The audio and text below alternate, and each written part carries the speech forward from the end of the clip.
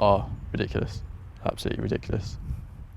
You just give him the ball and he would just run away with it. So it was ridiculous. Ridiculous.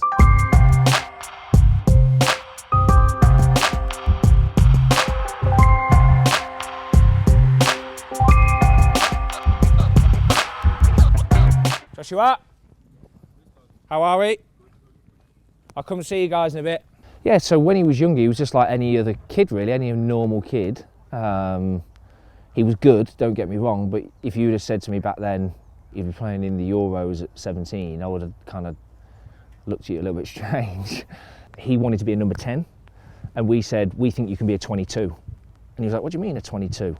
So we said, we think you could be a holding midfielder, an 8, a box-to-box, and a 10. So we think you can be a 22. We think you can do all of them. So from the age of 12, he's always held on to 22, 22, 22 all the way through.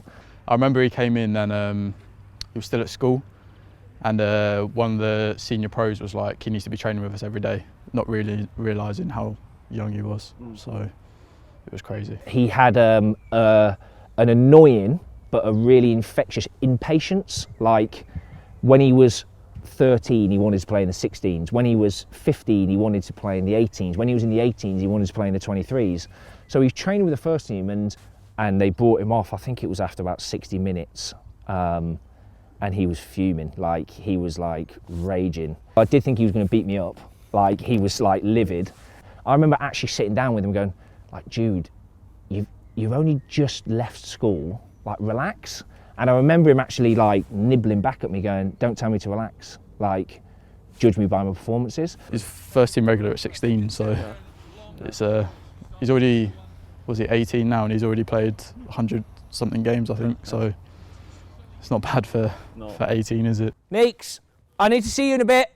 He missed the penalty, and I remember in the dressing room the boys were upset, and he stood up in front of the whole team and went, I just want to apologise to everyone.